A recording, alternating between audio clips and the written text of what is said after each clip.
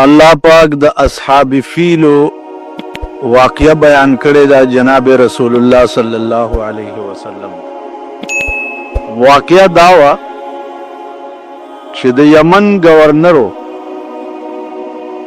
او داغه نومو ابرهه او دا ابرهه چې دا عیسائی مذهبو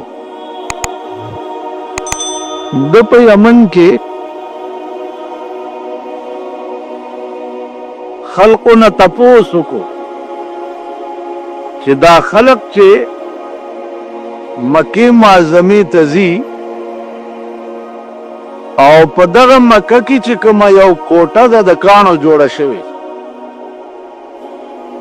او د دې نوم د کعبه، نو دا خلق چې دی کعبه تلار شي او تنګیر چاپیر تاویږي، د دې منشات څه ده؟ خلق ورته وی چې د دې منشا دا ده چې دینه چې سړی تاو راتاو شي نو د سړي حجش او دې کې دومره اجر دی او دومره ثواب دی او دادی ده. ابرهه گورنلو هغه اعلان وکړو چې تاسو فورا یو کوټه جوړه کړ او ډېر اعلی جوړه کړ. کوټه جوړه شوه، غلاف په د پاسه وغړولو او اعلان یې وکړ په ټول یمن کې چې دینه پس به څوک مکې ته نه ځي. هغه کعبه چې کومه په مکه کې ده ما ورته جوړه کړه دلته، او بس دلته راځئ دینه تاویږئ او ثواب به وکړي. خلق مجبور شو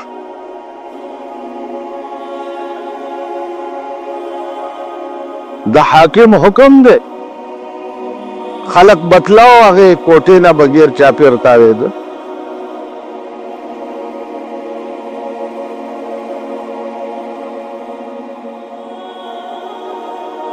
د مکې معظمه یو سړی یمن ته تللی و،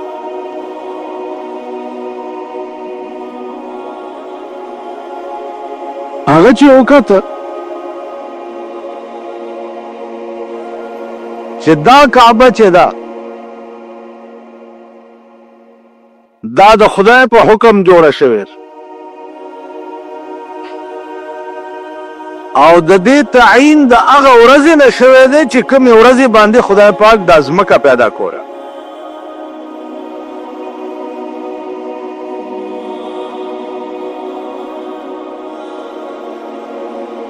نو دې کعبې نه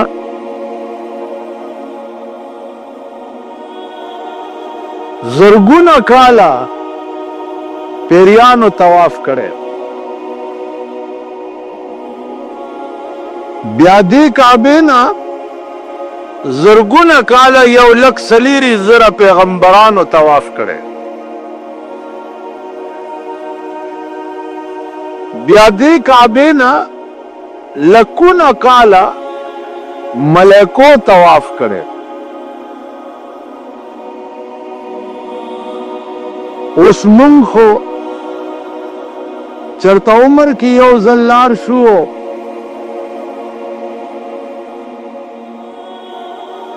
حج کې تینا یو څو ځله طواف وکړو، نو چې دلته راشو حاجي صاحب شو، بیا که په رڼا ورځ خر پټیم خو حاجي صاحبي بلا یې ورکوي.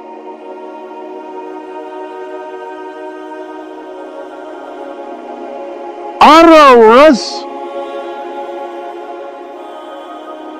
د اسمان نه 80,000 ملایکې راکوزیږي او د دې بیت الله شریف نه طواف کوي او بیا ځي، او هره ورځ 80,000 ملایکې مدینه منوره کې را نازلیږي او د رسول الله صلی الله علیه وسلم روضه اقدس ته ولاړی وي او الصلاة والسلام علیک یا رسول الله وی 24 घंटे بیا لاړی شي چا لاړی شي نور اویا زره راشي. امام غزالی رحمت الله علیه وای چې نن چې کومې ملایکې راشي او درود وای پر روضه اقدس باندې او طواف کی د بیت الله د دې ملائکو نمبر به بیا تر قیامت پورې نه راځي.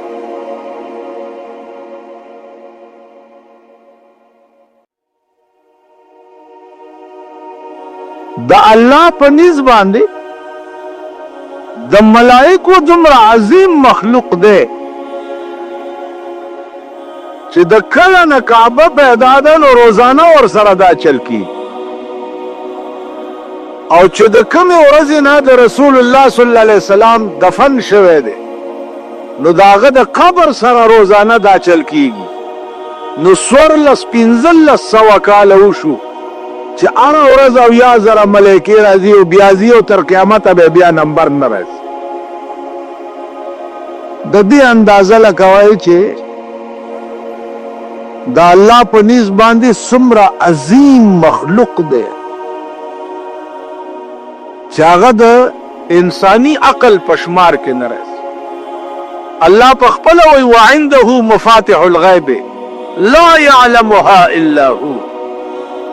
الله سره د غیب داسې خزانې دي چې د هغې علم خدای وایي سوا زمانه بل چاته نشته. څوک پې خبر اوس په دې تاسو څه پوهیږئ چې دا ځمکې 7 طبقه او هر یو طبق د یو بل نه 1500 کاله لرې لکه څنګه چې دې ځمکې نه اسمان لرې داسې د دې اولې ځمکې نه دویمه ځمکه بیا دومره لرې ده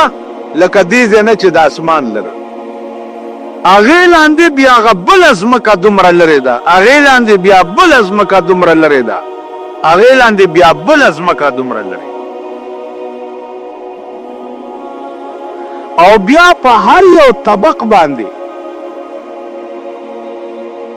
دغسې مخلوق آباد دی لکه مونږ چې د دې اولې ځمکې د پاس آباد داسې بني آدم هلته آباد داسې اسمان داسې ستوري داسې نور داسې سپوږمۍ هلته هم دي لکه چې څنګه دلته بیا دا اول اسمان 9 کروڑه نه لکه څه د پاسه میله دې ځمکې نه لرې د انور هغې د پاسه بیا د اسمان لرې علما لیکي چې څومره د دې ځمکې نه دا اسمان لرې دی داسې د دې اول اسمان نه بیا دویم اسمان دومره لرې داسې د هغې نه بیا هغه بل داسې بیا اوم اسمان د پاسه کرسی او زید کرسی د پاسه بیا لوح قلم دی لوح قلم د پاسه بیا عرش دی عرش بیا دومره لرې دی د هغې نه لکه دې ځای نه چې د اسمانونه هم پار کړي او بیا عرش ته رسي دا عزیزانو سوچ هغه مکی ته ورغی چې دا کعبه چې کومه د خدای په حکم جوړه شوې ده او دی ابرها د دې په مقابله کې په یمن کې 80 کوټې باندې کعبه نامه کې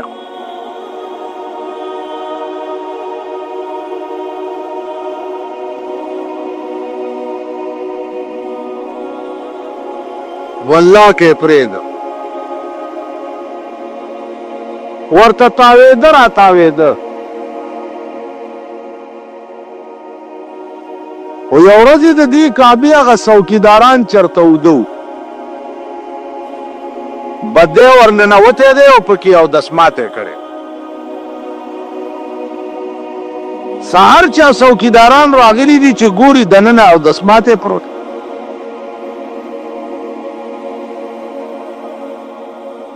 ابرهه ته اطلاع لاړه چې دې هغه ستا په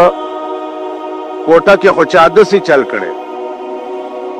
هغه تمام سیډي او انټیلیجنس والا راوغوښته ورته یې په 2 ورځو کې سړی پیدا کړي چې دا کړي چا کینې ټول پانسي کوم او وجنم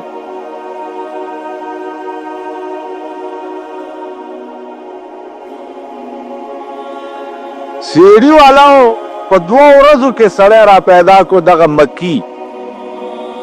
او بعد گورنر ته پیش کو چې صاحب دې سړی ته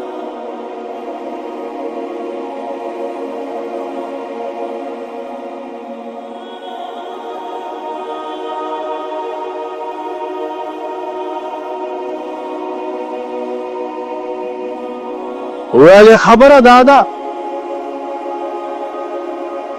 چې هغه زما د خدای کعبه چې ده هغې ته چې څوک اسې په کاږه نظر وګوري نو سر ترې غوڅ او په دې کوټه باندې تا کعبه نامه ایښې ده نو ما دا تجربه کوله چې راشه متیازې پکې وکړه چې دې کې څه برکت شته که نشته خو یې ابرهه دا کعبه نوم ترې لرې کا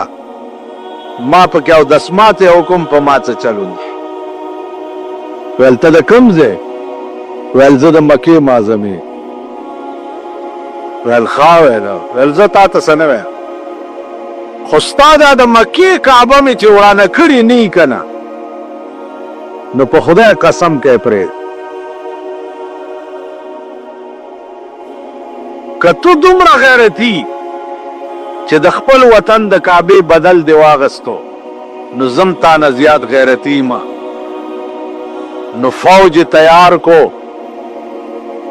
او اتیان تیار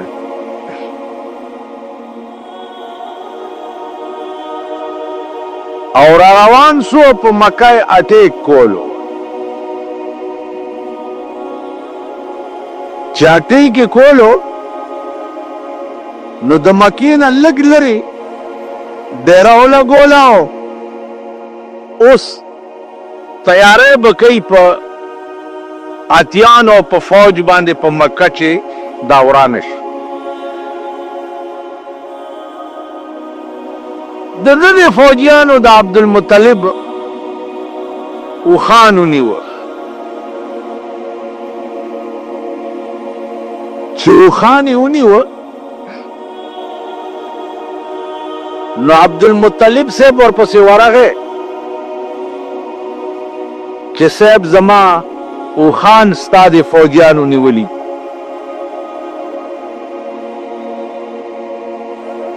هغه ورته وی چې څه پوه شوې زه په کعبه باندې اټیک ته راغلی یم ورانو م د دې تپوس نه کې او د خپلو اوښانو تپوس ته رالي عبدالمطلب ورته څومره ښکلی جواب ورکوي ورته ویل او ابرهه د کوم شي چې زه مالک یم نو زه تپوس ته راغلی یم او د کوم شي چې خدای مالک دی نو خدای پوهېږي او تپوس یې پوهېږي هغې سره زما څه کار د اوښانو مالک زه یم او تپوس ته یې زه راغلی او د کعبې مالک خدای دی خدای پوهېږي او تپوس یې پوهېږي ما هغې سره څه کار ویل ورکوي ولې اوښان اوښان یې ورکړه او دی ترې لاړ اتیان مخکې او فوج ورپسې په کعبه چې څه وخت کې اټیک کوي په دغه وخت کې بني آدم نو چې کعبه احترام باقی ساتلی وي. نو الله پاک دا توتاګر کی مارغان چي دي دیتا ابابیل وي. دې مارغانو ته حکم وکړو چې راشئ او د ابراهه په دې اتیانو فوج باندې بمباري وکړي.